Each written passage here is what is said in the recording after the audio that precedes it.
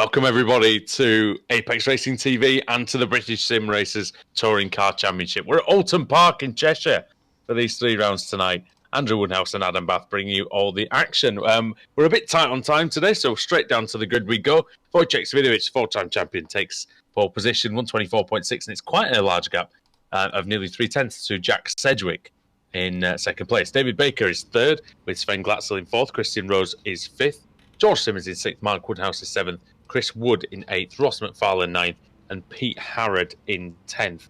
The rest of the drivers will cycle through on your screen. Just bringing Adam Bath very, very quickly before the start. Adam, I know you love Oulton Park. I do too. I think everybody does. Yeah, it's back to the roots of the BSRTC of the very beginning, really, isn't it? It's back to the British circuits. We haven't had too many of them in the past. And we had Donington earlier in the year. Now we're at Oulton Park, and a much more condensed season that we will explain to you probably in the build-up for race 2, and also how the showdown's going to work. So quite a few things have changed in the championship over the last few weeks, as we've gone from one superly long season down to 2 condensed seasons. As here come the lights. Here we go. 3 rounds tonight. Lights are off. The race is on. Decent start by Svidovic, but a much better start by Sedgwick, as he's going to go into turn 1 first. On the inside, he's getting a nudge nearly by Sven Glatzel. Everybody looks like they've made it through the first corner. Okay. So they go down the hill. Oh, it's a tough one, this, Adam, because the track's now going to narrow as they go into the island hairpin. Yeah, using the island layout here today. One of the key overtaking points on the segment. You can see, I know it is. Oh, CQR car going way wide. That is Pete Harrod. Fortunately, he doesn't hit anything and carries on. Yeah, Harrod very wide then on this occasion. And, I mean, not, you know, yes, he's lost out a little bit, but at least he's still survived. He's still in the race. Side by side between Chris Wood and Ross McFarlane at the lower reaches of the top 10.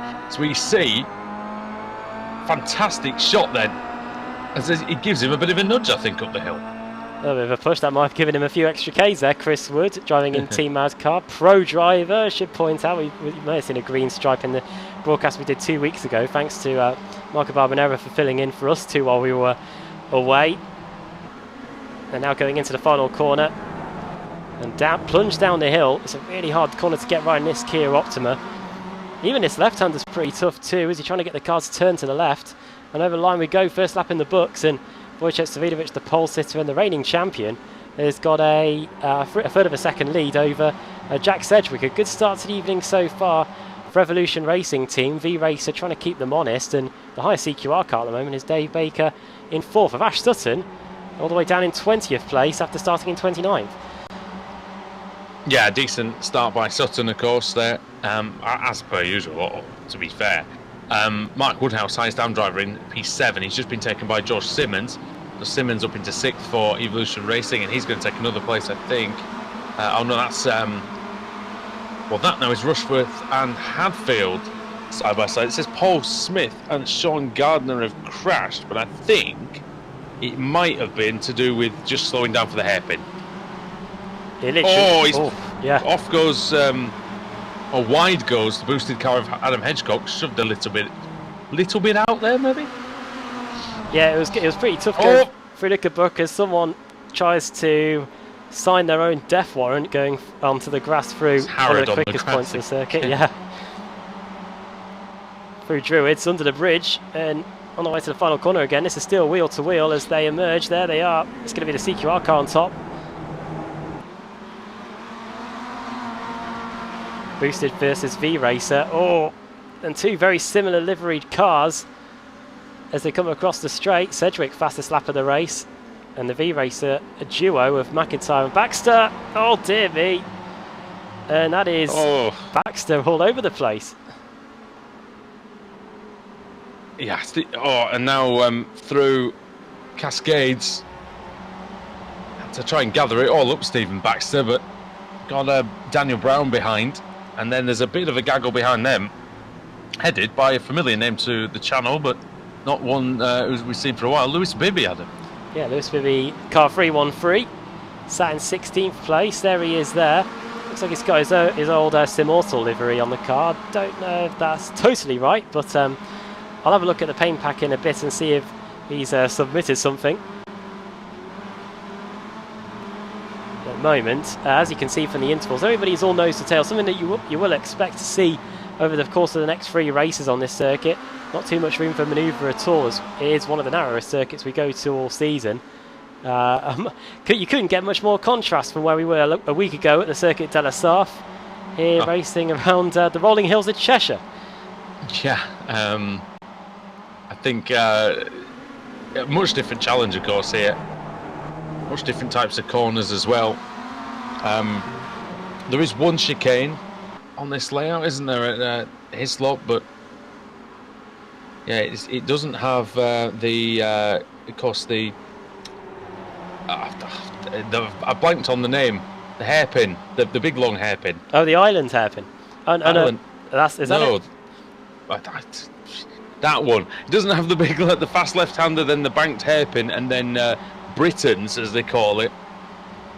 This layout, so it's a little bit shorter, a little bit less challenging for the drivers. And do we think it's easier or harder to overtake into the tight hairpin? Because to me, if you block the inside, you're pretty much sorted there. Well, the British Touring Car Championship spent a season on the international layout, and they found it worse to overtake on that layout, and immediately switched back to the island layout for the following season. So that probably tells you all you need to know about that one. Was it called the Shell Oils hairpin? Was it? I think you're right. Yeah, I think that is the Shell Oils hairpin. I was about to say Foster's, but that's the even shorter layout. Foster's is the one, that turns right, isn't it? At the bottom of the hill. That's the one that the Cascades. Those who played TOCA 2 touring cars will remember that layout. Words out of my mouth. Yeah, that is how I am. And looking back from watching the video extended, and we do see that Jack Sedgwick is staying fairly neutral with him, really.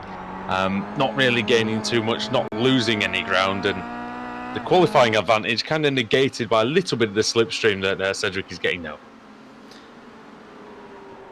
Something we see at the front, and something that we see in the British Sim Racing Touring Car Championship a lot, isn't it? Where drivers aren't really able to escape, even if you are the best of the best, like Savinovic is. Wonder if that's going to be the case when we leave the Kia Optima, hopefully at the end of this season. Runs a bit wide, the exit of the island hairpin. Yeah, it might get Sedgwick interested then as they go down into Hislop, and Oulton Park's just one of those tracks, Adam, where if only you could just pick it up, plonk it somewhere else and stretch it out a bit, it'd be fantastic. If you can just make the straights a little bit longer, you'd have some terrific racing here, I think. What do you reckon? If we got rid of the Hislop chicane and just went straight out blast from the island hairpin to Knickerbrook, would that create more overtaking than if we had the Hislop chicane? It would make Knickerbrook a very fast corner. Very fast and very dangerous, but yeah, I mean, it could do, it could do. See side-by-side action and things there, but you do see side-by-side action into Hislop, but you've got to rely really on the driver in front having a bad run out of the hairpin in order to do so. Again, Sedgwick closes to within 0.2 of a second, but can't do anything into Old Hall Corner. A lot of the corners here, Adam, I find it are almost just a little bit too quick for these touring cars to make the move occasionally, I think. Yeah, we can get the hood up, which is what I'm trying to find. We might be able to see what kind of gears that Ash Sutton is using here as he goes into Cascades. It's definitely crumpled the front end of the Kia Optima with some contact then in the opening. Oh, without a doubt. In the opening lap. Brown's going to leave the door open here, and that's about as easy as you can imagine. This was where there was a bit of a tete-a-tete between, was it Plato and who was it? Somebody got put on the grass at over 100 miles an hour over the top of that hill. Was it in the mid-noughties? I do remember something. It was in about 99, I think. 99. Yeah. I do remember it. I want to say it might have been James Thompson, I don't know, but somebody got put on the grass at really, really high speed going over the top of the hill. The late Super Touring days. I've got all the DVDs. Just need to watch them.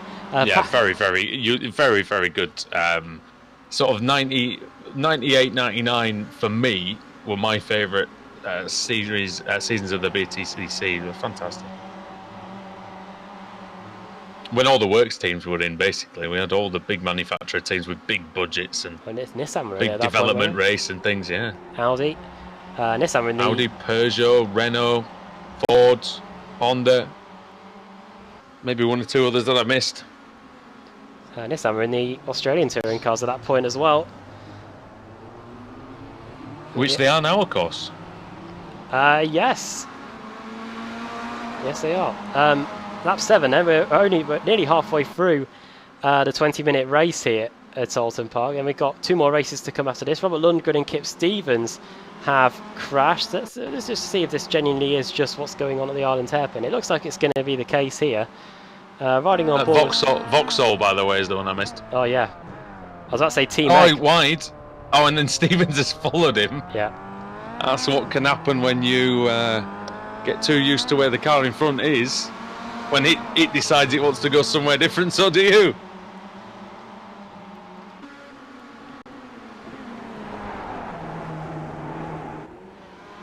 British Touring Car Championship going hybrid racing in the not too distant future. I saw something flash up about that on Autosport.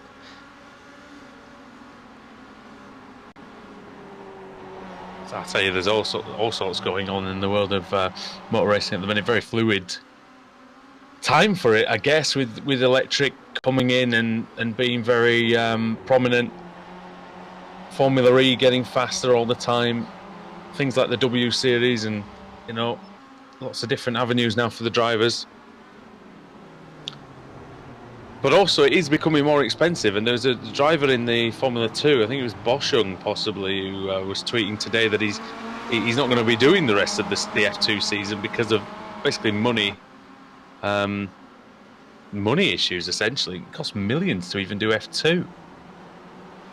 It's bonkers that motorsport seems to be one of the only sports where the talent isn't allowed to develop, Adam. It's crazy, isn't it? It's mental how I find it mental how Ralph Boschung can't carry on in Formula 2, and yet someone like Devon Butler gets a seat in F1. Lap 8. That's it. I mean, he's like he's a bit like the Dan Ticktum of Formula 1, isn't he? But, oh dear. Some people quite happy that he's lost his seat in Super Formula, I'll tell you. Those that know who we're talking about. Either you've got the game or you're getting it at midnight and you'll know who he is. Lap 9 of a 20-minute race, and Kip Stevens has crashed again. I think he might have just gone wide through one of the slower corners. It might have been the Island hairpin. It might have been somewhere else. Yeah. Seems to be suffering on the braking a bit. There's Stevens, Woodhouse and Wood and McFarlane actually very, very close together as well. This is for 8th, 9th, 7th, 8th, 9th, and 7th, 8th, and 9th. And there's a small gap to Rushworth and Harrod, who aren't having the best race, it has to be said, for CQR. McIntyre, Hadfield, Baxter. Oh, there's a move there. Sutton having a move on, I think it's Hadfield, having a look. That might put him prey to Baxter, though. Stephen Baxter with a completely clean car will probably have a slight speed advantage on the straights, being that his aero is in perfect condition. Mark Woodhouse, highest of the AM drivers in this field as well. As I quickly load up the points, we can have a quick look at what is shaping up there going into this one. We can also take a quick look at the calendar too, because there isn't too many more race meetings in this season. This season is now due to end at the end of August, 29th of August in fact, under the lights at Daytona. That's the 4th of 4 showdown race meetings. The regular season ends in just a month's time. It's an Etterton 300 layout. It's not often that we get it, that, you know, that we're talking about things like that at this point in the season, but yeah, it goes it's normally December that we finishes a bit earlier. Is that, do you reckon they're going to try and maybe squeeze in a quick season in the new car before the main championship goes, just to see how the racing is? I think so. Yeah, I don't know. Well, we're gonna have to. It's all going to be about when the new car comes out. Obviously, they're timing the end of this season with it being coming the season ending at the end of August as Sutton. Well, I tell you what, I've raced with both these gentlemen, and more so with Adam Hadfield, and he does not give an inch at all. So Sutton is not going to find it easy. He's going to find opposition wherever he goes. He turns it into his stop and just about clears him. I think he might have just slid across the front of the automatic not-kill car, but through he goes. He's up into 13th position, Ash Sutton, starting from the back. It is a very difficult track to overtake on. Made most of his places in the first lap, Adam 9 of them, but then after that, yeah, he's still, you know, done some steady going. Running on board here with quite a big amount of pro-am. That's very wide. Yeah, that's a bit wide there by McNally going through Druids. Didn't hurt him. No, it didn't. He's kept Michael Blake at bay there, but in the background it's very close between the asymmetric car of James McRitchie, and there is Adam Hedgecock, who's trying to get some positions held. You've even got a photo of him as he comes across the line. Yeah, we keep that coming in as well, lads. Keep the pictures coming, because, you know, then we can assign a face to who we're going to blame for the incidents. among other things. Yes. Savinovic and Cedric then getting closer and closer, but as they are in the same team, Adam, is there really going to be... This is the perfect situation for Evolution Racing. I'm sure if the Alex Simpson team principal was, if he is watching this race, sure he'll be thinking to himself, "Well, just stay where you are, lad." Well, it's the top two in the championship, isn't it? Savinovic and Cedric separated by 161 points. Obviously, as Wojciech knows all too well, that will probably get closed up a bit when the showdown starts. In just 3 race meetings' time, we've got an off week next week, and then after that we go to the brand new Silverstone 2019. Yes. Then we go to India. 9 years in the making, ladies and gentlemen. Genuinely is. Then Indianapolis, the road circuit, and then we go to Snetterton. So interesting 3 race meetings to end the regular season. Well, Adam Bath was barely out of primary school when Silverstone got refurbished, and he's only just made it onto iRacing. That's true. Well, the new the F1 went to the new Silverstone layout in 2010. I just finished year 8, so yeah, about a third of the way. Barely then. Yeah. Not too bad. Svidovic's just struggling to turn the car, isn't he, through the slow corners? We've seen that a few times. I was just looking at the timing screen, actually. Absolutely no retirement, so really, really well driven race so far. Not too often in the BSRTC where you can say that. I think that's why we've been talking about other things for a little bit of it, because everybody's driving so well. There's little to no mistakes. Sutton is trying to get past McIntyre, and he's done so. Or has he? Jinx. He's gone wide. Oh, and now his old mate Hadfield's back again. Oh! One thing we haven't mentioned is those tyre barriers, those tyre stacks on the inside of the Hislop chicane, equivalent to a land, or not a landmine, but a brick wall. Yeah, it's like one of those bollards that stops vans and things in the city centres. They will not budge, so it's not a tyre barrier in the traditional sense. Baker trying to go through then for 3rd position. He's trying to go around the outside. And he makes it through Old Hall, and he gets out of it first. Now he's going to go down through Cascades in a podium position, and that is the Season 7 champion moving up. Yeah, good move. Glatzel's got to run back. Sends it up the inside into the island hairpin and the V-Racer car. Nice. So he doesn't get the apex, but that's fair. Doesn't run him off the road or anything. I have to say, it's a little bit... Baker was caught napping there, wasn't he, really? Good move by Glatzel.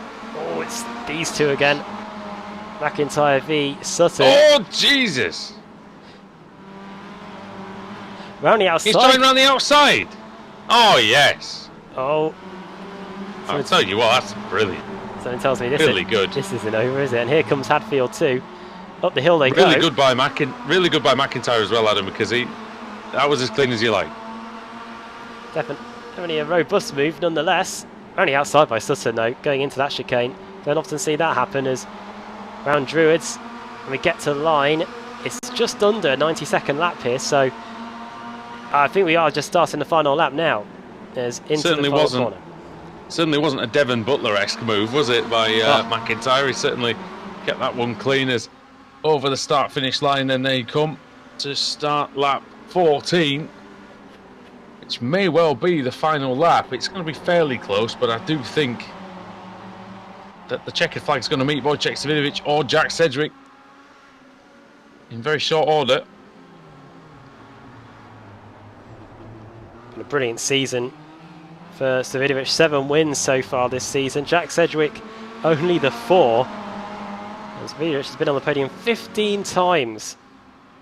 Yeah, that's good, isn't it? How many races is it? 26? 27. 27, yeah. Yeah, so great strike rate for Savidovic, considering that some of those races he's been starting in the 20s and 30s.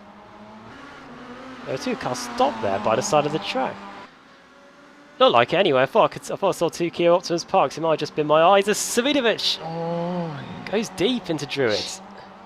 Maybe Cedric might have a go into Lodge. Savidovic is going to defend the line here. I think they're going to try to have a little battle on the final corner.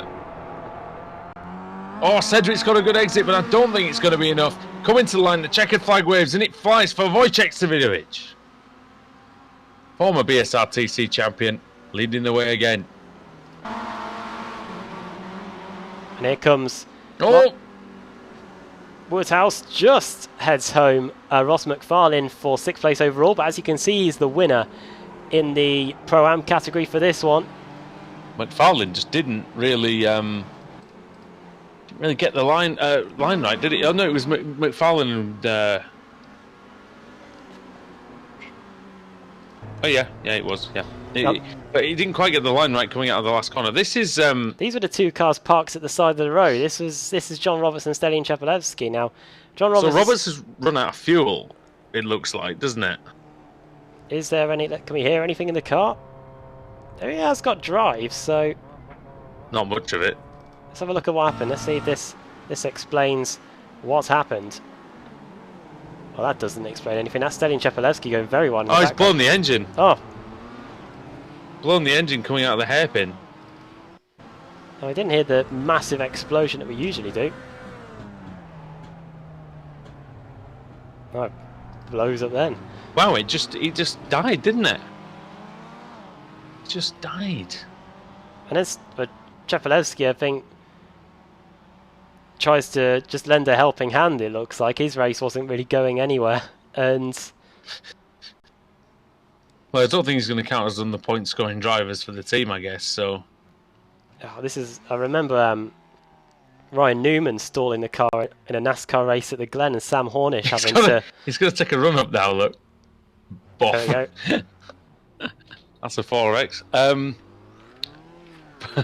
But yeah, he makes it back, and as well, like I said, that officially means no retirements in the race. So fair play to those 2; they have crossed the line. And yeah, Adam, if you could take us through the finishing order then. There we go. I don't know what's going on with the results there, but Wojciech Savidovic gets another win to his impressive tally for the season. That is win number 8. Jack Sedgwick, it's his 10th podium though. He breaks into double figures with that one. Sven Glatzel finishes in 3rd place. David Baker, highest CQR, finishes in 4th with Christian Rose's teammate in 5th. George Simmons, ERT, making it 3 cars in the top 6 with Mark Woodhouse a top 10 and a Pro-Am victory. Ross McFarlane in 8th, Chris Wood 9th and Jamie Rushworth in 10th. Pete Harrod finishing in P11 and Ash Sutton up to P12 after starting down in 29th. Then Jack McIntyre battled with him throughout the entire race, and in the end, the 2 of them were only separated by 4 tenths. Then it was Adam Hadfield in 14th place, and it was Stephen Baxter, Dan Brown, there's Lewis Bibby, and Michael Blake in 18th place. 19th for James Ritchie and Paul Smith with his teammate Maciek Sakovic in 21st. Then it's Adam Hedgecock, then Max Wright, Robert Lundgren finishing in P24. Then Kip Stevens in 25th place. He might be recipient of the reverse grid. 26th for Rob Graham, then Sean Gardner. And then Adam McNally in 28th, the last classified finisher, in fact. And then John Robertson, Steady and Shepelewski ending up finishing 2 laps down in the end. So they're not going to be able to count towards the reverse grid, unfortunately. So those two definitely starting at the back for the second race. Yeah, so the reverse grid isn't going to help them. It could help Adam McNally. It could help everybody above him. Paul Smith did well as well. He started on the back row to get up to 20th. But we're about to see who's going to be put on pole position then, and the spinning wheel will decide. Indeed it is. Let's get it up and give it a spin and see who's going to be on the pole for the second race. Usually the numbers tend to be around the 18 to full minus 4 mark. That's what we had at the Glen last week, or 2 weeks ago, I should say. Let's see what we get now. Here is the wheel, here is the music, and let's get it spinning.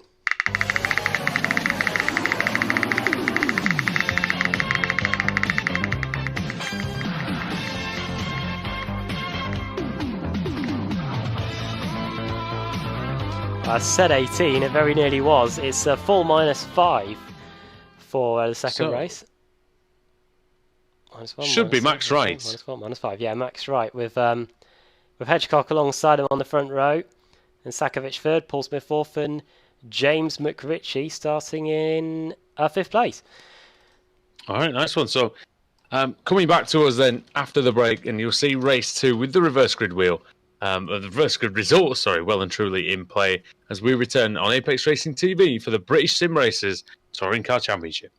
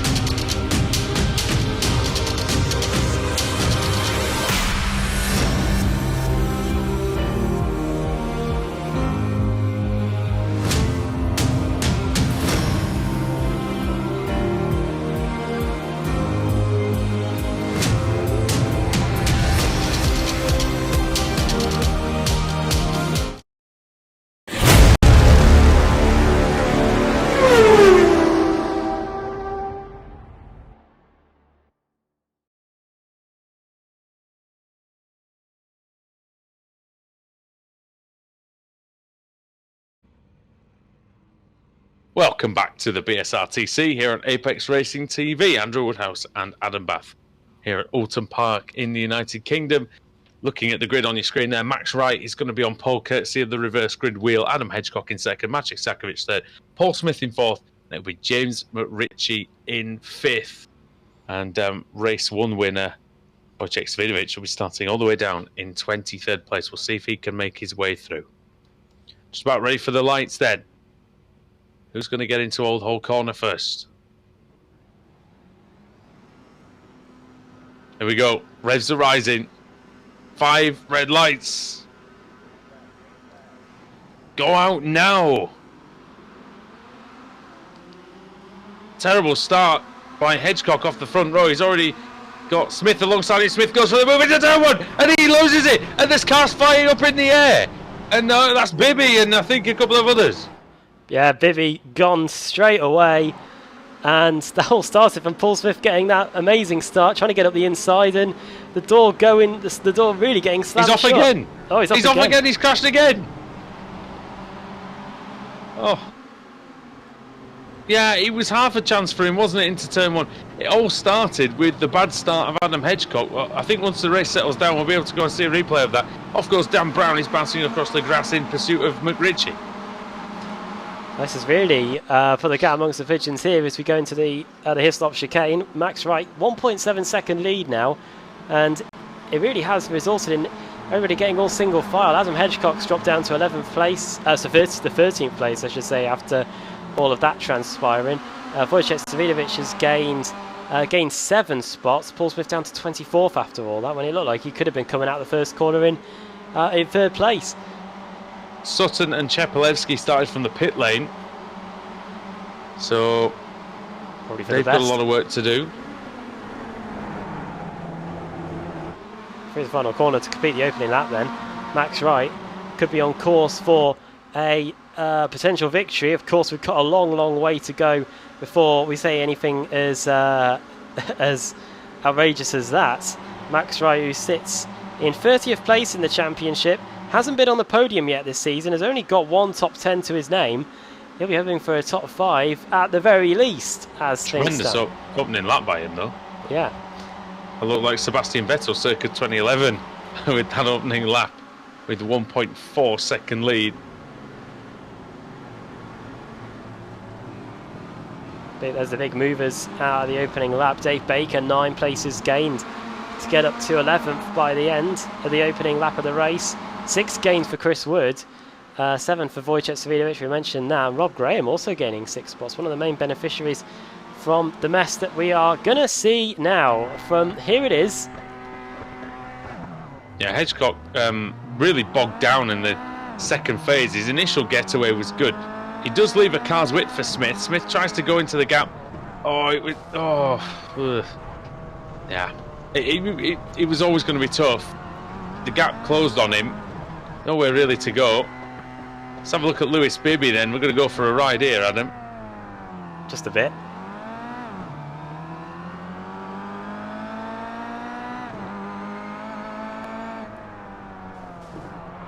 Oh!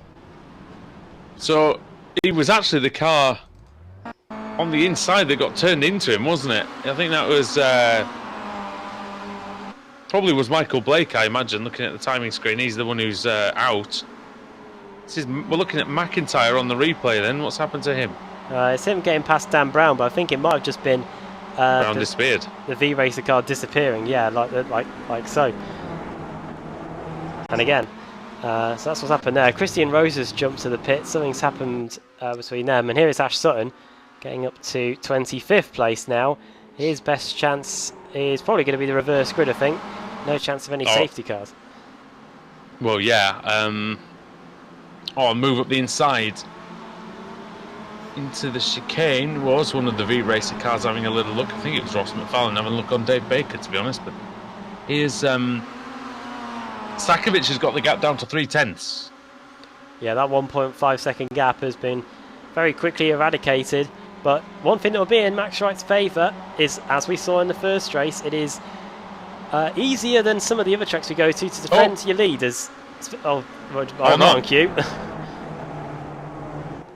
Although he is round the outside still, right? But I tell you what, talk about leaving the door wide open for Maciej Sakovic. He just goes, thank you very much. Although, right, with a great run through Old Hall, little twitch, but he's going to get this one done, you know. The line is his. Up the inside. He's going to understeer. Oh, and Sakovic has understeered even more. And Wright gets the lead back. Now he has to block the inside, surely. And now McRitchie fancies his chances for a spot in second place. Up the inside. It almost merged into one.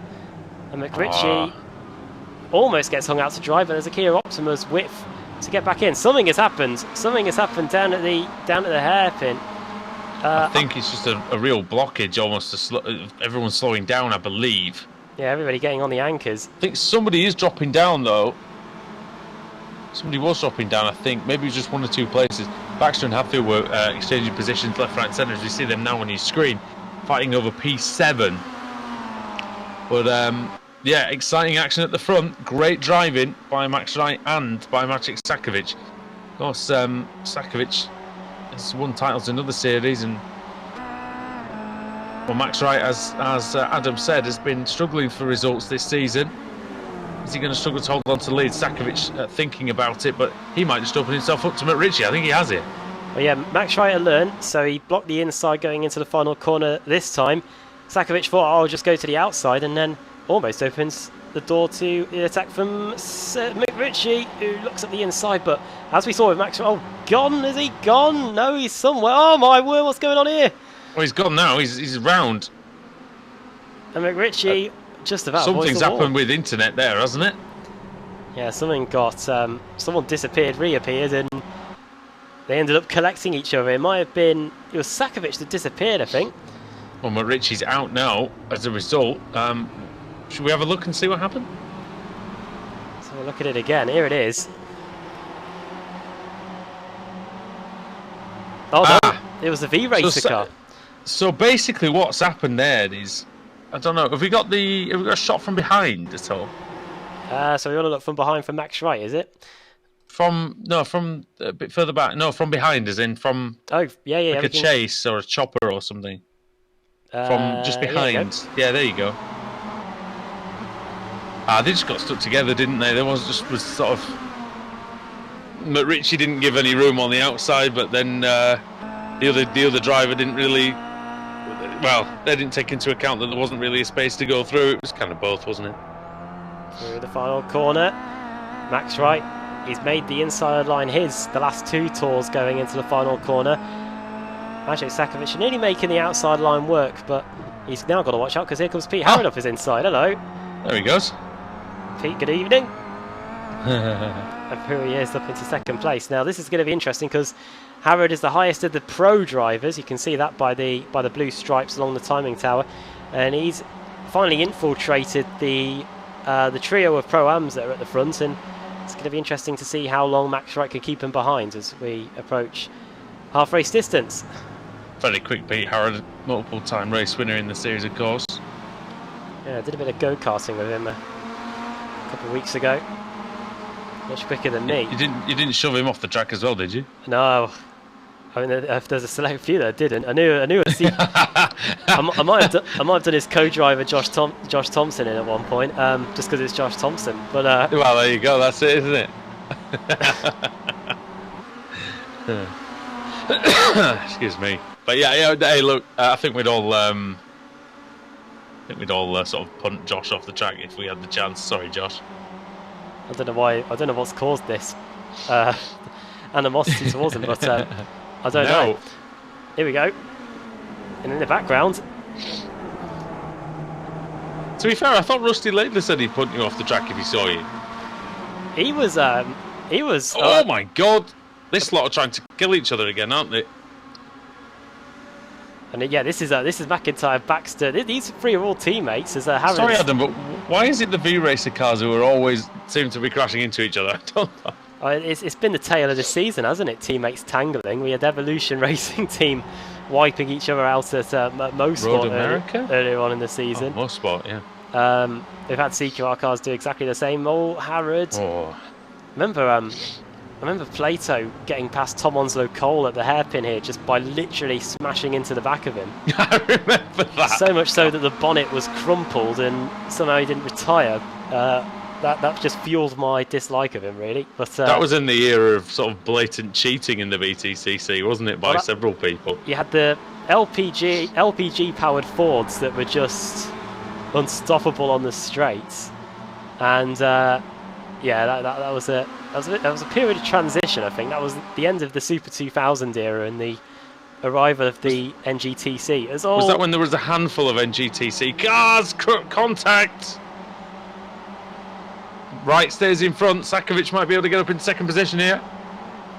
Oh, he's going to take full advantage, isn't he, up the inside? It really sends it in, and he's done it. Harrod's got a good exit. Where's Harrod in all this, though? This is where he managed to get past Sakovic a couple of laps back.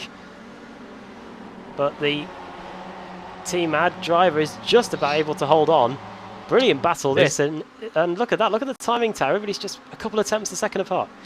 These are all ex-Club Series drivers, aren't they? The top three.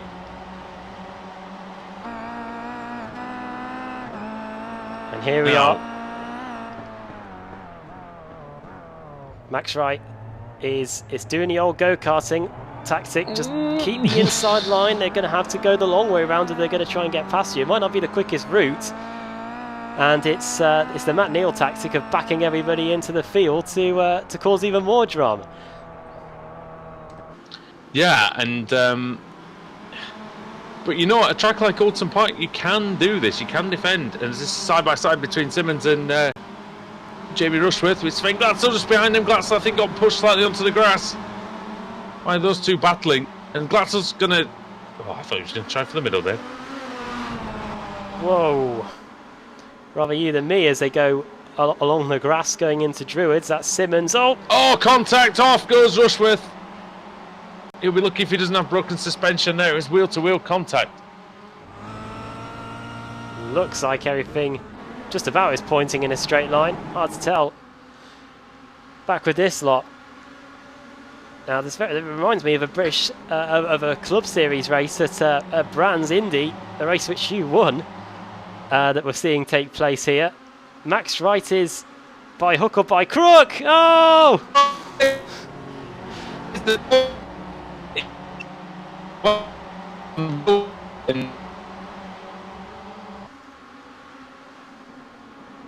Wright gets, shall we say, picked up and moved out of the way by Maciej Sakovic. Not the best manoeuvre, I have to say, but we'll have to see what happened in the replay. Yeah, he's not going to be best pleased with that one. Now, what can Sakovic do as Harrod makes a right mess of the first part of his laps? This is just going to back things up even more and allow Sakovic to pull away a bit. Right, let's have a look at what happened to cause all this drama. Max Wright, after all this, is down to P6 and has seen his lead evaporate. Let's see what happened here then.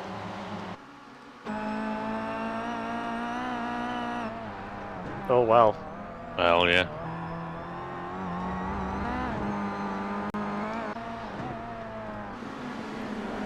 I think our silence says it all, really. We'll put it to the stewards on that one. Over the line then, lap 10, only just over half race distance, 13 minutes in the books. Maciej Sakovic, as things stand, as he runs a bit wide for the first corner, that's not going to help his cause to get a win, is en route for potentially his first win of the campaign. He's been on the podium twice, but Pete Harrod, who he himself is yet to win a race too, is trying everything he can to stop him. It's still all very tightly packed in there, though, isn't it? And one mistake, as we've seen, as the V-Racer cars are absolutely leaning on each other through the hairpin, side by side between Baker and Wood. Then behind them is Woodhouse. So it's Brown, isn't it, just behind them? Look at this. That's the scene there. Snake. And yeah. Max Wright's in P6. He's sort of lost a little bit of contact with the front. He'll be ruined that, though. He'll thought he could win this race, and I'm sure he could have done. Sakovic isn't really escaping, is he? And this is allowing everybody else to come back into play. Anybody in the top 6 could still theoretically win this, as Harrod ducks and dives and McIntyre finds the opening. The outside line, it works well here though. And we nearly got 3 wide on the front straight. It works pretty well in Old Hall as well, so it's not all lost for Pete Harrod. He can go around the outside. Good move by McIntyre. They're all continuing together. Baxter opportunistically takes the inside and takes 2 cars in one go. Terrific move by Baxter. If he can hold it through Cascades, barely stay in front of McIntyre. Not often you see 2 Automatic Knock Hill cars in the top 6, but there they are. Hadfield and Wright. Oh, bashing into each other. Well, that's Wright bashing into, Hadfield bashing into Harrod. I'll get that right in the end. Trying to cause a bit of drama here. Now Sakovic is escaping, Adam. He's a second clear. Yeah, 9/10 of a second in hand now. 8/10 of a second is now it's the turn of Baxter to try and close Maciek down. And he's got a lot of damage to the front of that Kia Optima 2. It doesn't seem to be slowing him down too much. It's not a track which is really heavily aero dependent, I think we can say, just because there isn't too many straights here. There's an Automatic Knock Hill car trying to get past Dave Baker. Or should I say Baker's got past Max Wright. It's into his customary 6th position, of course, David Baker. He's done that by overtaking the man who's leading the race for most of the time. Update on our race 1 winner. Wojciech Savidovic is in P12. You can just about see him there. He's right behind Ross McFarlane as they come down the front straight. There he is. He's got Jack Sedgwick, who was right behind him for the entirety of the first race, still behind him. What a race this must be to be a part of. Oh, yeah. I mean, you'd almost be scared to try and overtake anybody, wouldn't you, lest you lose about 5 places if it goes wrong. Literally is. Make a slight error and you could almost be down in 14th or 15th place, especially in one of the corners like this. There's contact. Now, they've all locked up in front, haven't they? And then that meant that the cars behind that to be a little careful. Here comes Woodhouse. Pro-Am winner. Oh, bang! Oh dear! Oh, there goes! And of course it had to be Max Wright that ended up getting collected in all that. Now, I know Max Wright... He's had enough, I don't blame him, to be honest. I know Max Wright often gets adjudged to get a few penalties, but he couldn't have done anything about that. Wow. Nah, sadly, I think any penalty that Sakovic would have may or may not incur probably is of little consequence to Max Wright now. I'd love to see a replay of that, but I mean, we did see it, didn't we? We were on board as it happened. Woodhouse getting, not eager enough on the brakes, shall we say.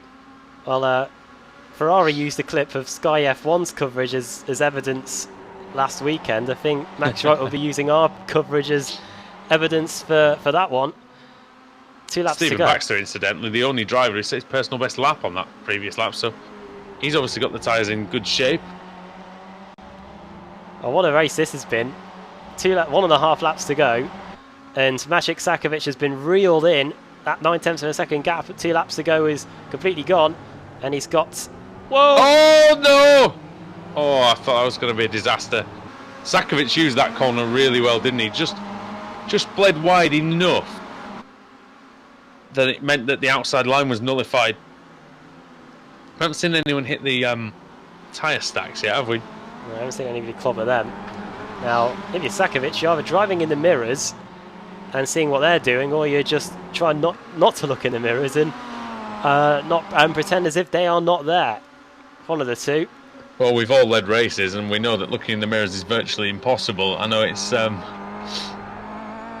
bit of a cardinal sin, isn't it, mirror driving? But you almost can't help it in this situation, especially when it's so evenly matched and when you've got drivers who are willing to have a go, like Stephen Baxter and Jack McIntyre. He's gone wide as Maciek Sakovic now, and Magic Sandwich is maybe going to pull out a rabbit out of his hat to stay in front. Well, on we go. White flag is in the air. This may need to be the lap of Maciek Sakovic's BSRTC career here. Hasn't taken a win all season. Pretty confident that he's won in the championship before, but he'd like to get a win here.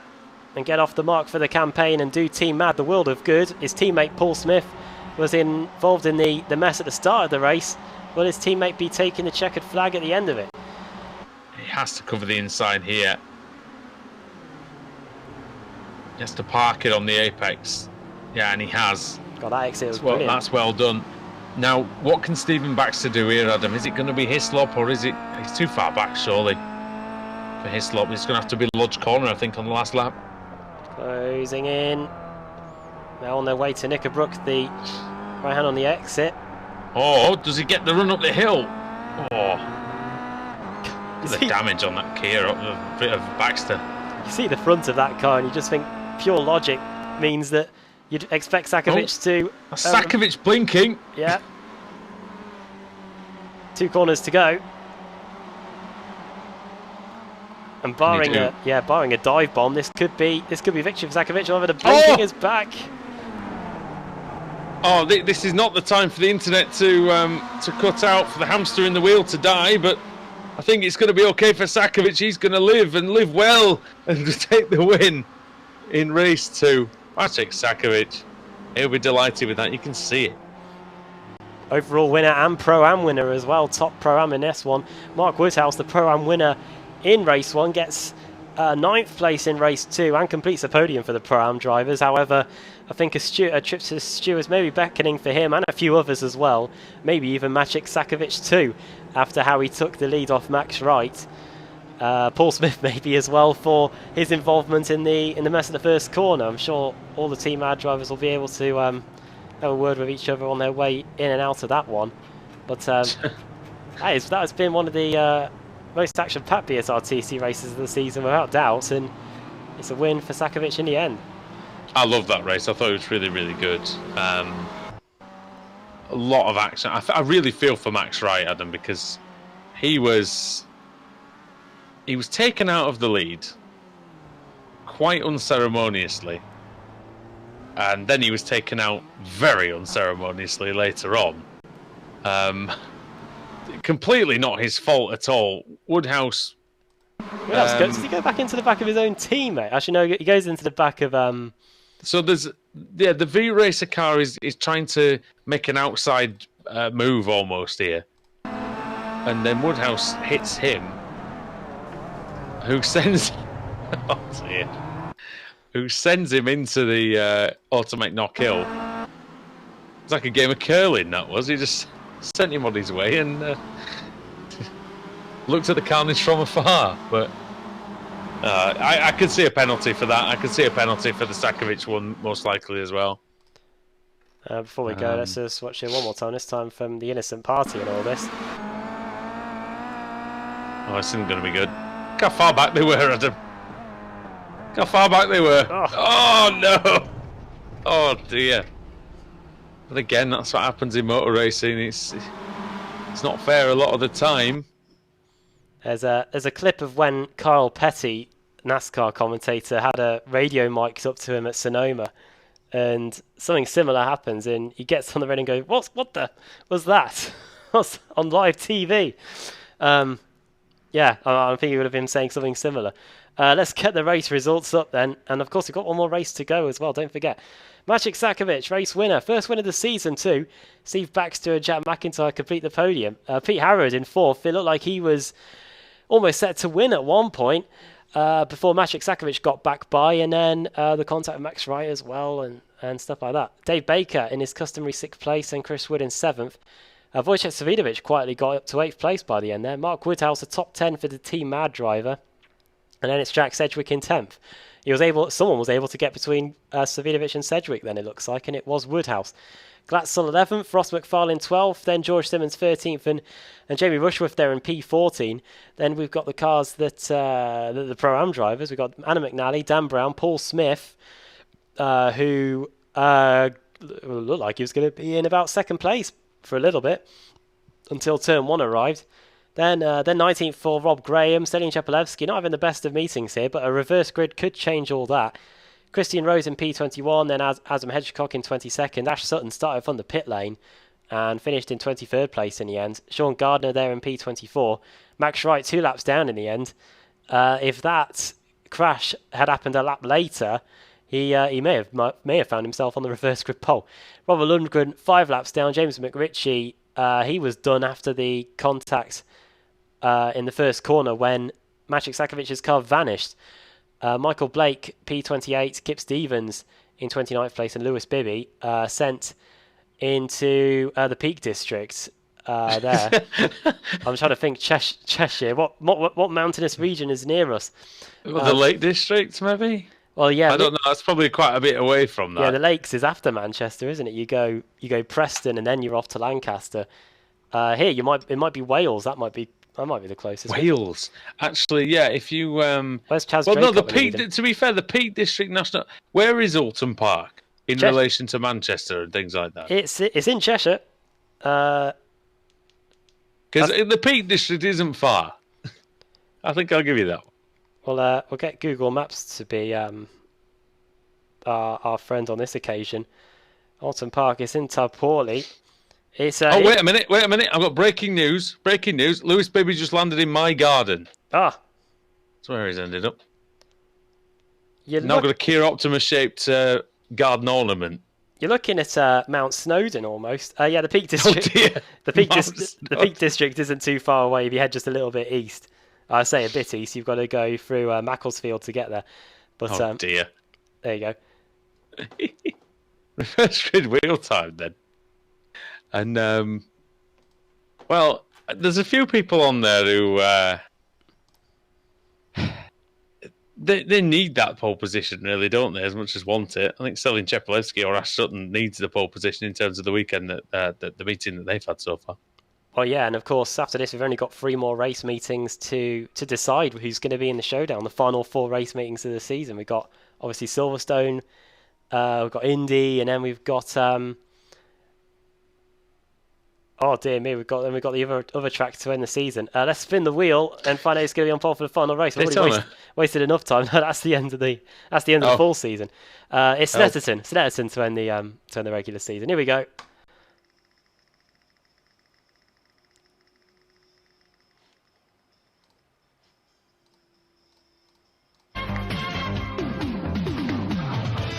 It's going to be 21 for the final race of the day. 21. It's going to be Christian Rose. So CQR are going to be reversed onto pole position with Selin Chepelevsky is going to be in second. Rob Graham is going to be third. And then fourth is going to be John Roberts. And then fifth, Paul Smith. Yeah. So a bit of a chance of redemption for Paul Smith. We'll get to see what Selin Chepelevsky can do. He was running around at the back in race 1, started at the pit lane in race 2. Now he's at the front for race 3, and we'll see if he can get a win. But yeah, looking forward to that one. All right, well, we'll see you back after the break for more from Apex Racing TV as Oulton Park will hopefully bring us another cracker. We'll see you soon.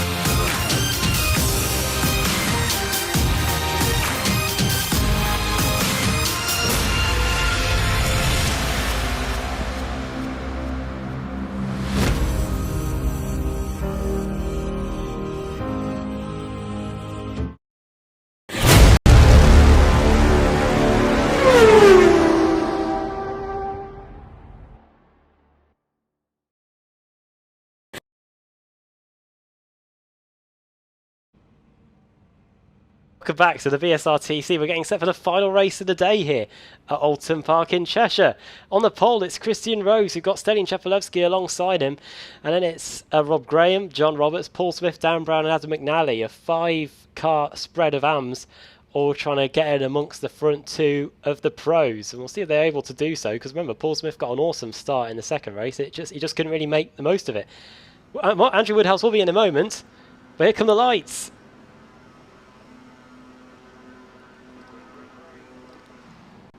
The final time today, we're away. Christian Rose just about gets a good start. Another fantastic start from Paul Smith, but once again, he's not able to take advantage. And John Roberts very nearly goes into the back. Oh, dear me. Oh, I thought we were going to have a massive wreck then. That was contact between Rob Graham and Adam McNally as the field stream into Cascades. Paul Smith up to 4th place. Jamie Rushworth, a good start from the Season 4 champion. He's up to P5. And Lewis Bibby's gained 5 places right from the very back as we go into the hairpin. Stelin Chepolewski holding his own now. He's hit the front of the pack, getting past Christian Rose, who's down to 2nd. And John Roberts holding a good account of himself up in 3rd place as the Hislop chicane awaits, and Chepolewski turns into it now.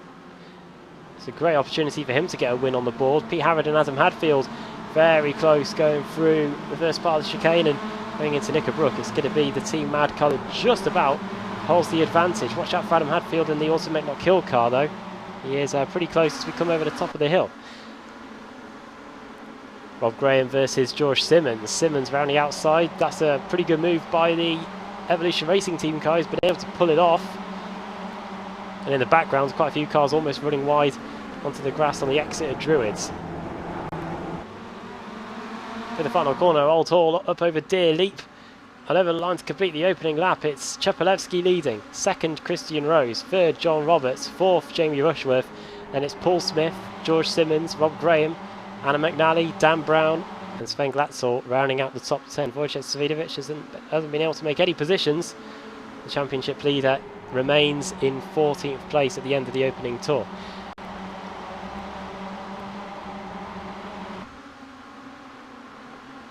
Biggest movers at the end of the opening lap. Then Jamie Rushworth, 4 spots gained into the hairpin. It is very bumper to bumper again. Once again, the V-Racer cars are inseparable. 3 of them within 4 places. Sven Glatzel, Dan Brown, then Ross McFarlane there too. McFarlane in and amongst it in race 2 as well as here in race 3. And now he's got Dave Baker to watch out for. The CQR car that finished in 6th earlier on is up into 11th. 5 places gained for the Season 7 champion. Not too sure if he's been to Oulton Park in real life. We were with him when we went to Donington Park for the British Touring Cars last year.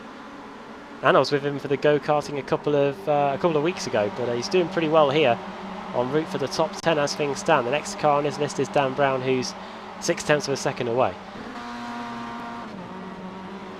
Stelin Chepolewski, rallycross background recently anyway in iRacing.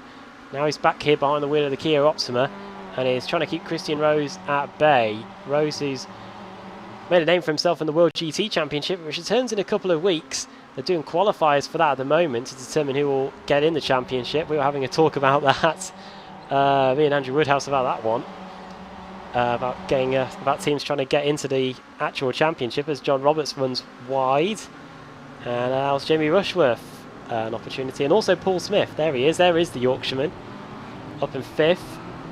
He's got Roberts in front of him, a Pro-Am rival and the Pro-Am leader in this race. So probably a good opportunity for him to get that place back. Yeah, Andrew Woodhouse is struggling to get into the session. Hopefully he can. Try and soldier on without him. Hopefully he can get in for the rest of the race. There's always a battle with an Auto Make Not Kill car, and here it is. This is Rob Graham in P7, 4 places down from where he started, but he'll just be worrying about the Pro-Am cars that he's in and amongst. He's got Adam McNally right behind him in the Excite Energy racing car, and then after that it's Sven Glatzel, Dan Brown, and then Dave Baker after that. Hello? Hello, we can hear Andrew Woodhouse. Oh, there we go, good. Yeah, I got into the session. Sorry, everybody. I got in and there was no game sound. There still isn't any game sound, but my mic wasn't working, so nobody could hear me. Excellent. Yeah, Chepelewski then, Rose, Rushworth, Robert Smith, Simmons, and then this battle that we're seeing here, Graham leading the way ahead of McNally and Glatzel. This should be interesting. Very close on the braking, and meanwhile, Paul Smith is up into 4th. And someone's going very wide in the background of all those battles too. That's McNally, and it looks like Roberts might have just about pulled back ahead of Paul Smith, but Smith late on the brakes again.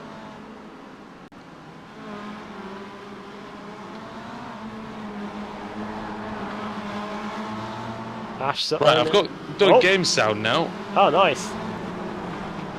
Someone has got off the Hislop chicane. I'm trying to work out who it is, and it might have been Ross McFarlane. There he is, and he's done. And I wonder if this might be our first casualty of the tyre stacks.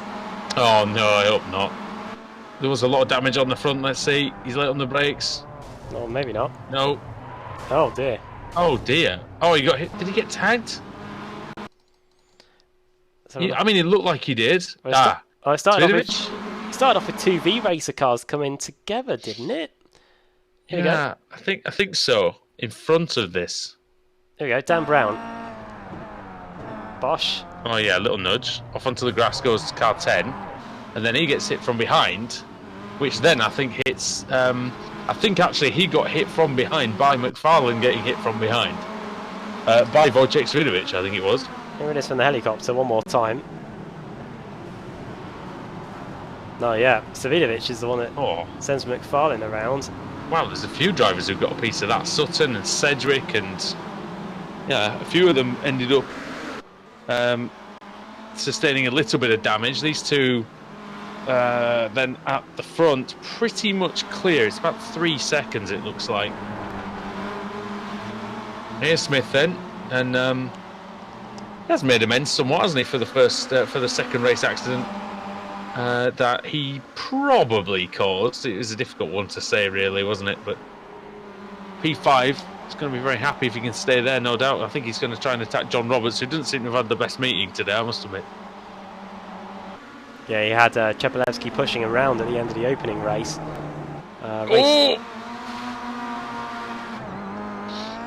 Sorry, Smith getting very feisty, very close to the back of Roberts there. Running on board here with Smith. Of course, this is still for the Pro-Am lead, of course. Sakovic won the Pro-Am race and the overall race in race 2.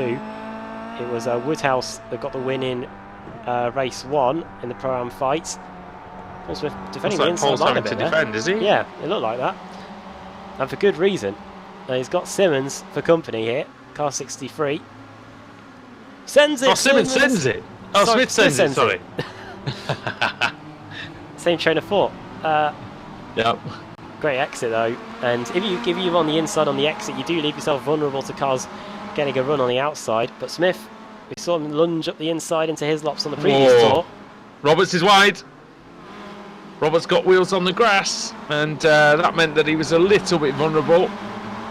But actually, he's just ended up with Simmons and Smith side by side, and Roberts has kind of got away scot-free on that one. Yeah, Roberts was very lucky to make the second part of that Hislop chicane. I thought for certain he was not going to make it, but he just about did. Paul Smith, trying to avoid the boosted car, has now got Simmons in between the two of them. Well, let's see then if Simmons can get up into 4th position. Roberts hanging on grimly for the lead of the AM category here.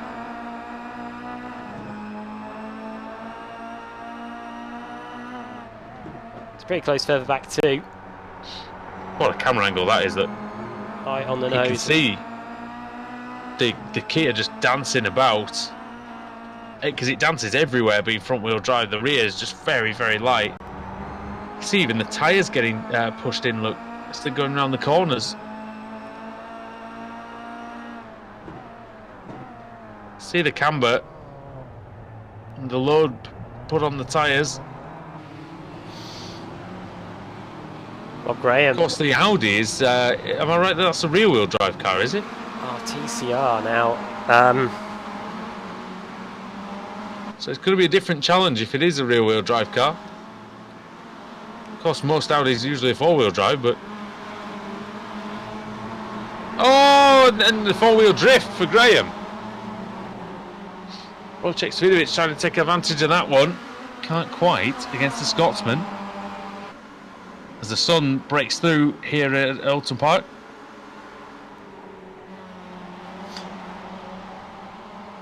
Do love the dynamic lighting, Adam, and you know the clouds and the way the sun can come in and out very realistically, and it really gives a nice evening glow here. Similar to what we're getting here at the moment, it is a scorcher here. It could be about 30 degrees in real life, as in a couple of days' time, as Roberts, it's probably 40 degrees where he is right now, just because of the pressure that he's under here from Simmons. Well, if the air conditioning doesn't work when I'm at work on Saturday, I'm going to be knackered. Just like the drivers are probably wishing they had a bit of air conditioning as well. A lot of them probably do have some kind of cooling in their sim racing room wherever they do the racing. So it can get pretty warm, even in the coldest of days. This is very much one of the warmer evenings. Robert's still in fourth though, Adam. I mean, he's not giving in. Oh! Speaking of which. Here's Baker. You don't often see a crumpled front end like that on Dave Baker's car. And the rear end. Oh yeah, he's got his teammate Ash Sutton right behind him. Oh my word! Oh, Baker's off. Saw a BSB incident at that corner. Cameraman ran for his life when he saw what was coming towards him.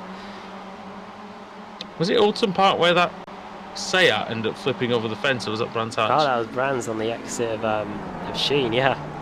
Oh. Chepelewski going slightly off, but he still maintains the 3/10 lead over Christian Rose. No dramas there for the Bulgarian.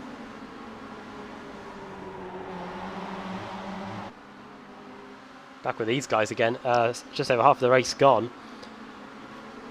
Massive battle going on for about 17th on back. You've got Harrod, you've got Baxter, Sakovic, the race 2 winner, McIntyre all involved there too. We'll have a look at that in a moment as Simmons very nearly gets past Roberts, and Paul Smith gets into the back of him almost a little bit there. Just a little bit of a clip going through the hairpin. Here is what we were telling you about. Brown, Woodhouse, Harrod, Baxter, Sakovic all in there. Ross McFarlane is the only retiree. This is one of the closest meetings of the whole season though, isn't it, really? Looking at the entire field and just how tightly packed they all are. Mark Woodhouse having a little look on Brown, but it's having a scroll. Again, everybody's so closely matched, Adam, it's hard to just make a move, isn't it? Yeah, I was having a scroll through the YouTube chat while we were on the break, and they were... Oh, what's happened to Roberts? Oh, no. He's off at Druids. He's going to come back on again, but he's going to be down in 11th. Now that looks like, to me, didn't quite see what happened, but it smacks of going wide in the first part of Druids and getting stuck on the outside. He's lost that much time. He wouldn't have lost that much time just by going wide on the exit. Oh yeah, there it is. Oh, he tried to pinch too many inches. Did well to gather it all up though. But that's what we said earlier on, Adam. One mistake, 7 places lost or thereabouts. Yeah, pretty much, and he's now down to 11th. Just before that incident happened, the drivers on the YouTube chat were saying just how close it is. Oh my word, 3 into the hairpin. God. 3 into 1 there. That's Sutton, McNally and Sven Glatzel, I think. This is all over 7th, sorry, 6th. Sutton might have just wrestled free of this battle as Baker throws it up the inside. Baker versus Glatzel. Germany v England. Quite a fast section this, Adam, isn't it? Even in the Kia Optima, it's pretty quick, is the whole Knickerbrook Druids section. Makes you wonder how quick it would be if we didn't have that Hislop chicane as well. We were discussing earlier. Into the hairpin again. Glatzel playing for resolute defence there. Moves across to the inside right at the very last moment to keep him at bay. Credit to Paul Smith. He is right with George Simmons as they come across the line onto lap 11. There is Simmons. There is Paul Smith. There he is in P5, right where he started. Top AM driver as well, so this will do Paul nicely. Cheshire isn't too far away from Yorkshire. What would you say is closer here, or Darlington for the Croft round? I think they're 50-50, aren't they, really? They're both quite... I think Oulton's a bit easier to get to, I'd imagine. Smith has managed to stay in 5th place. I think... Still sticking with Simmons. So we're down to 2/10 at the front, actually, between Chepelevsky and Rose. We've barely seen them. Christian Rose hanging on really beautifully and got it under 2/10 of a second as they go into Lodge. Is he going to have a look? Is he going to try and send one for the lead? He is. Chepelevsky wise to that though, Adam, and just holds the inside line. And unlike the battle we saw in race 1 for the lead, this is between two different teams. This is Evolution Racing versus CQR. And is this the moment where Christian Rose has pulled the pit, is going to pull the pin and say, I've had enough of a face full of CQR, of Evolution Racing team. I want to try and get to the front and get a win on the board.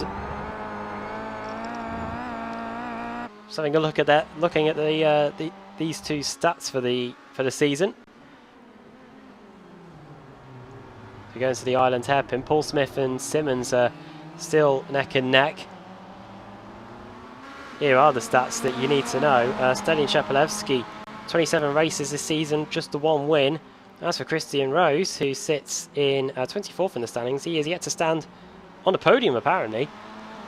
I know, hard to believe, but here he is, trying to get on the podium. And Ash Sutton, a man on a mission, is going to get past Paul Smith, former teammate, into the Hislop chicane. Wojciech Savidovic is trying to get past Sven Glatzel. Not for the first time today. Savidovic collides with a V-Racer car.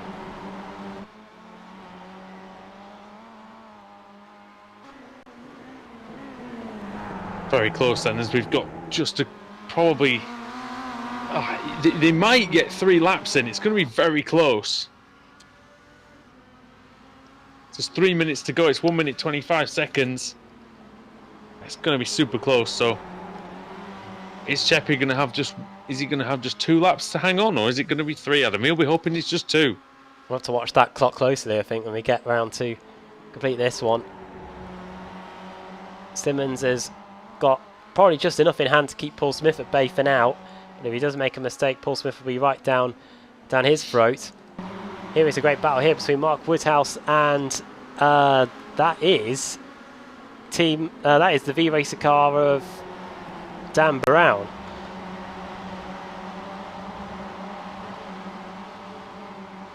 Into the Island hairpin. See what Woodhouse can do. Around the outside. Oh wow. That was an Automek Knock Hill car flying into the back of Baxter, it looked like. And it looks like he's giving him a bit of a helping hand. This is quite a large gaggle, really. Heading down to Hislop then. Woodhouse. Oh yeah. Done that well. Judged it nicely. Still ahead of Baxter. But maybe not for long. Baxter's going to have the inside for Druids if he can pull alongside Adam. He's just about... Oh, is he just there? He's almost there. Is he going to have a go? No. Very fast entry to Druids. If you mess that up, then you'll both be out of the race, and off goes Robert Graham. Speaking of messing up the entry to Druids. Plenty of position changes going on there for a brief moment. I think Savidovic, Sedgwick and Roberts are all mightily close here. Look at this. Wojciech trying to get past Baker and McNally now. And in the battle's background, going on everywhere you look. Oh, off goes Sedgwick. Oh, and he was very wide. Very, very wide. He didn't go into the wall. Oh, it says Christian Rose has crashed. I wonder if he's tried to have a go at Chepelevsky at the hairpin and maybe just... maybe they just got very, very held up. Around the outside for Glatzel on Roberts, but we're gonna. I think we should take a look at the front, because I believe Stelian Chepelevsky's nearly at the flag. Yeah, 30 seconds, or 25 seconds to go. Is it going to be the flag, though, Adam? It's going to be close. Roberts, Roberts again. John Roberts. Facing the wrong way, but here comes Chepelevsky. What is... Oh. I say, is it going to be the checkered flag or just the white? Well, I think we'll take over. It's going to be another lap. It's going to be another lap. Yep. He crossed the line right on 20 minutes. And I wonder what this is going to do in terms of late race drama. I wonder if any drivers will be worrying about the fuel. Here's what happened to John Roberts.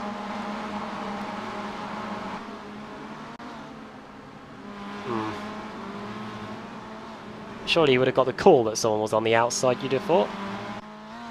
Yeah. But anyway, I don't know. It's unfortunate for Roberts either way. But, yeah, Chepelevsky with another lap to go. Rose has done well, though, without ever really... Apart from maybe that one half move that he tried, he hasn't quite got a good enough run to really mount a strong challenge. This could be the one if he really nails Druid, gets it, he gains nicely, and Chepelevsky bashes onto the curb. This could be the one, Adam. Is he? Oh, Chepelevsky is wide, and Christian Rose is through to the lead. And Chepelevsky might be out of fuel. I think that's one lap too much for him. Yeah, I think he's out of fuel. Rose is going to win it. And Chepelevsky will even get second place, Adam. I don't know. Christian Rose over the line, takes the checkered flag. It's going to be very close for second. It is Chepelevsky. And Rushworth makes up the podium. Wow, what a result there. Simmons may have almost run out of fuel as well, because Paul Smith was only a tenth of a second away at the end. Dave Baker getting 9th. I think those were the main casualties in terms of the fuel, as everybody else streams across the line. Yeah, that was great. Cheppy was trying to wring everything he could out of that Kia Optima, but in the end it just gave up on him. Not enough gas in the tank. Be able to hear it, Adam, as it starts spluttering to a halt. It starts going through the middle of Druids, doesn't it? And he went wide on the exit, which didn't help him, but ultimately it wouldn't have mattered. Just didn't have the power coming out of Lodge Corner. That's why that extra lap, Adam, was... We said it, didn't we? He said he would have wanted 2 laps, but we weren't quite sure that it was going to be that literally, you know? And Rushworth was coughing as well. Oh, he was out. Yeah. Did Roberts, what happened to John Roberts again? Did he contact, was it? Yeah, he got turned around by the EV racer car. Here he is again. I wonder if anybody else ran out of fuel. Wouldn't surprise me. Oh. We haven't seen any incidents like that at that chicane today. Does he drift over? Not really. It's a tough one, that. Racing incident in my book. Roberts doesn't really drift over. The car behind doesn't really do a great deal wrong. Finishes P24 in the end. Yeah, I didn't see anyone else struggling with fuel on the last lap. I didn't see any last lap overtakes really, apart from the one for the lead, which was Christian Rose. He's going to be super happy with that, isn't he? As he takes the win by 5.5 seconds, Adam. It's great stuff for him, and great race for CQR. Really is, yeah, because race 1 won by ERT's Wojciech Savinovic. Race 2 won by Team Mad's Maciek Sakovic. And here we go. Race 3 won by CQR. Some useful points on the board for them. Race victory for Christian Rose, his first win of the campaign. Stelian Chepelevsky in second. Then Jamie Rushworth and Ash Sutton third and fourth. We didn't really see Rushworth and Sutton's rise to the podium. We were too busy focused on the battle between Simmons and Smith. Smith incidentally finishing as top am. Wojciech Savidovic in 7th, the reigning champion, a race victory. That's job done for him. He'll go into the week break pretty confident in his chances of reaching a showdown for another year. Adam McNally in 8th, Dave Baker 9th, and Sven Glatzel rounding at the top 10. Chris Wood in 11th, Jack Sedgwick 12th. Then it's Dan Brown, Steve Baxter, Mark Woodhouse finishing in 15th place. Then Pete Harrod, Jack McIntyre, and Adam Hadfield. And then flicking over the page, Maciek Sakovic, the race 2 winner, finishing top of the second screen of the second page of the timing screens. Then it's Lewis Bibby on his return to the BSRTC, finishing in 20th. Then Michael Blake, not the best race meeting for him. We usually see him a bit higher up the order than that. Adam Hedgecock in 22nd, then Kip Stevens, John Roberts. What's he got to do to have a decent race meeting? Everything went against him here today. Sean Garner, P25, Max Wright, he could have won a race today if it wasn't for the behaviour of others. Rob Graham, his teammate, finishing in P27, and we've got Robert Lundgren 6 laps down. Ross McFarlane getting clobbered in his lops, and James McRitchie was out very early on indeed, 15 laps down in the end for the asymmetric driver. Right. Well, Oulton Park always brings us eventful racing, and it always brings us a lot of fun. And we had a lot of fun covering this one tonight. I don't think... here we go. Here we go, actually. Race 3 winner. Yeah, race 3 winner Christian Rose joins us in the commentary box. And Christian, can you hear us, first of all? Good evening. Hello. Good evening. Well, I would only assume that you let out a little yelp when Chepelevsky ran out of fuel. I thought that may have happened.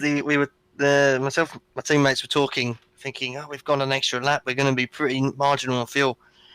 I've been lucky to save quite a bit when I was harrying Cheppy, but I thought I was going to get the run regardless. But I don't know when he coughed, so I was. Even if he hadn't run out of fuel, I definitely would have gone for a Matt Neal style send at the final corner. But no, what a way to win a race! It's ridiculous. Yeah, I mean, we were pretty excited here. My voice nearly went in the commentary box when that changed hands on the last lap. But seen some amazing races on this circuit in the past. How do you find this island layout compared to the longer layouts of the track?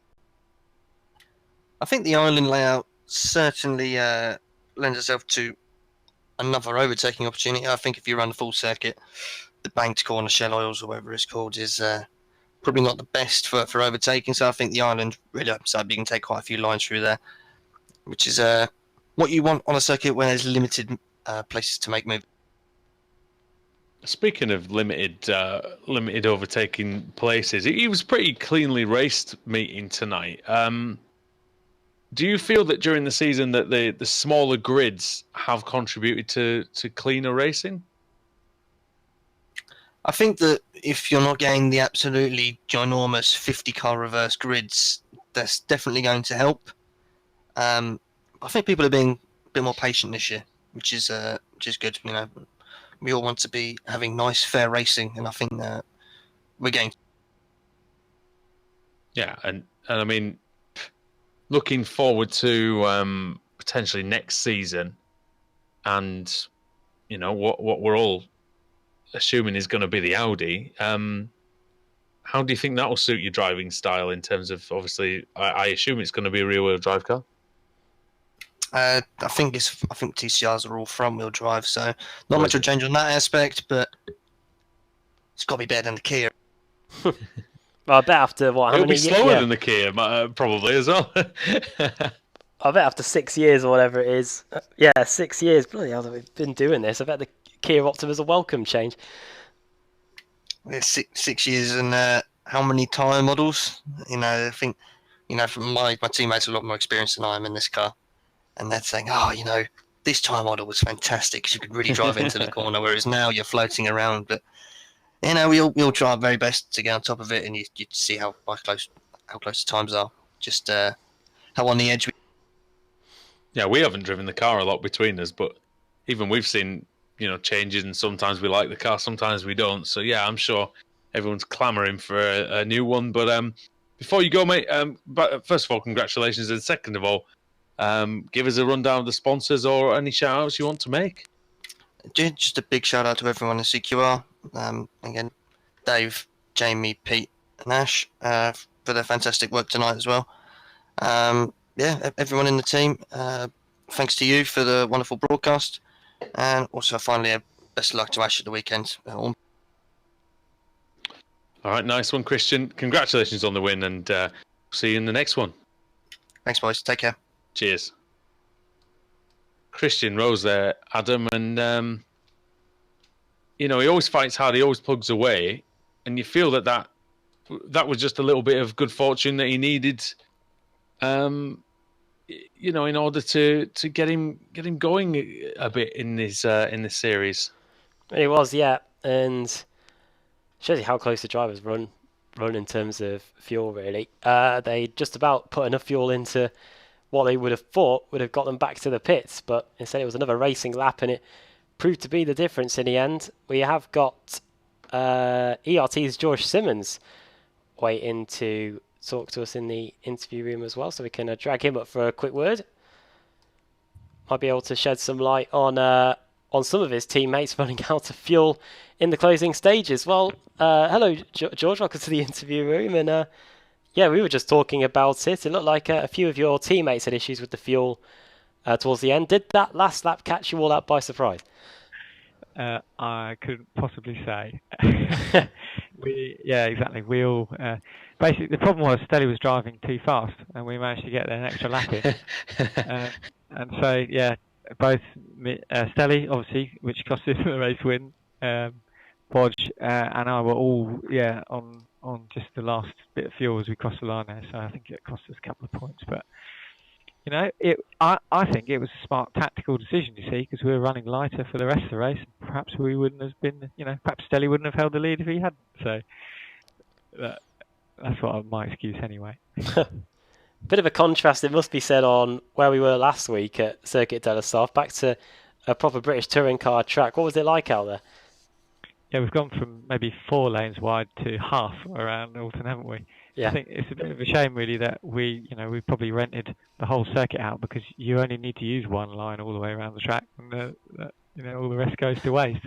But certainly, I think it's nice to just come to this track occasionally, maybe, because in our hard work, just when you're in such a tight battle, there's just no room to make a mistake or to force people. So tricky day. But I think we, as a whole, managed all right.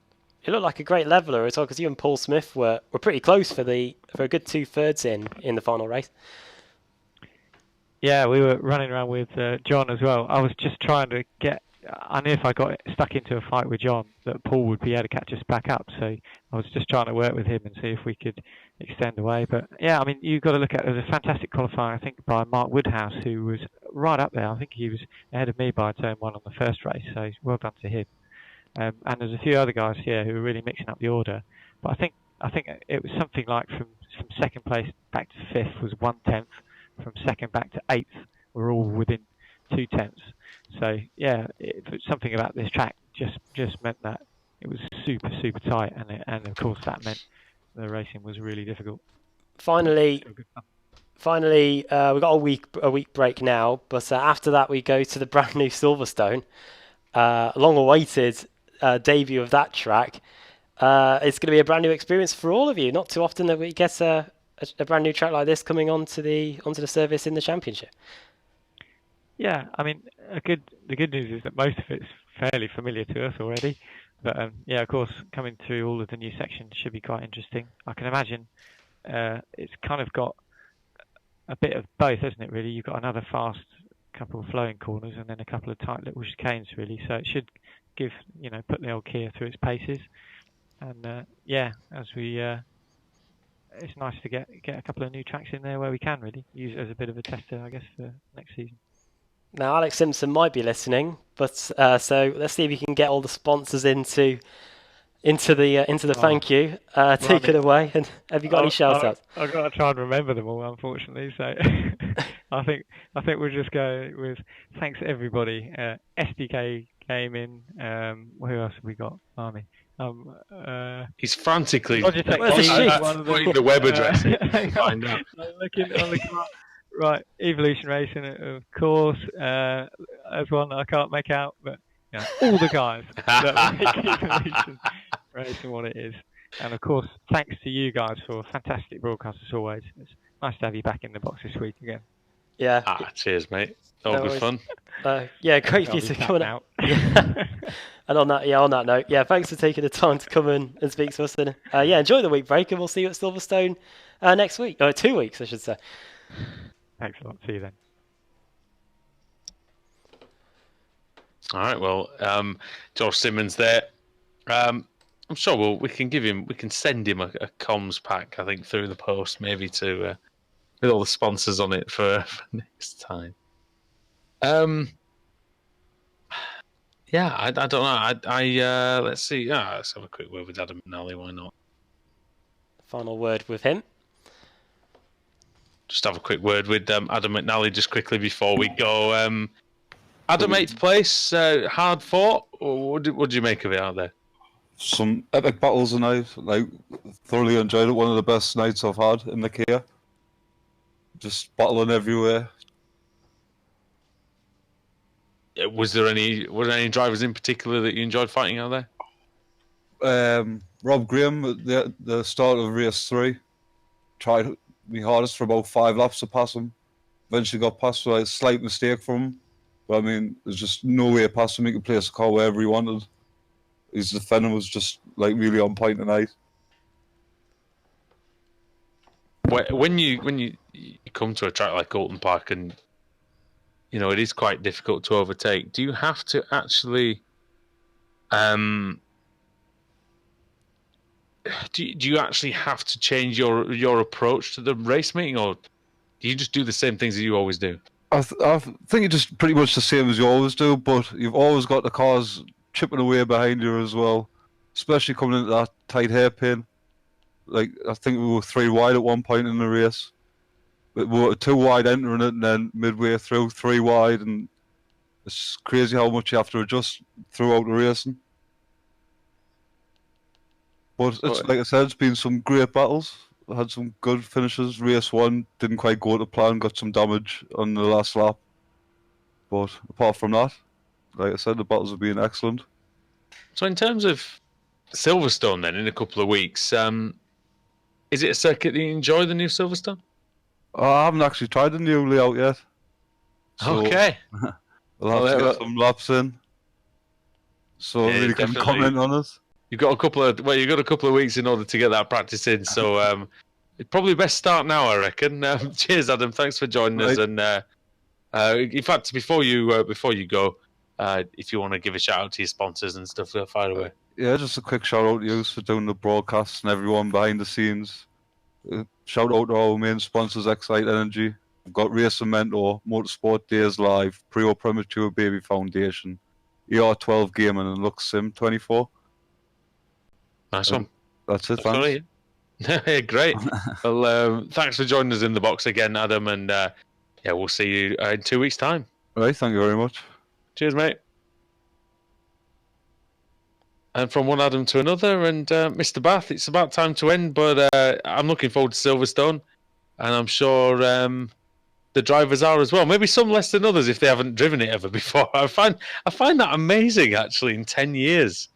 That Adam McNally has not driven the circuit yet.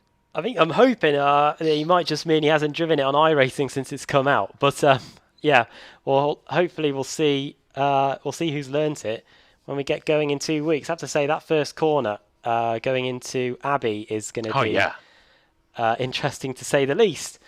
And the final complex as well with Club and the double Apex at Vale as well to end the lap. It's all going to really just bunch together once they go into Village, isn't it, and the loop. And I tell you, I wonder if many drivers will be using that bit of tarmac runoff area on the exit to kind of. Of course they will. To get an extra place on the run to the line. The Kimi Räikkönen, oh, you mean on the outside of the Club? On the final corner, yeah. Yeah, of course they will. Of course they will. It's the BSRTC. Of course they will. Track limits, what? I know, yeah, they definitely won't be doing what the F1 stewards have been doing recently, that's for sure. No, maybe not. Hey, but we're looking forward to it. We hope you are too. So from myself, Andrew Woodhouse, and from Adam Bath, it's good night from the BSRTC. And we'll see you in 2 weeks' time at Silverstone. That'll be good. See you later. Bye.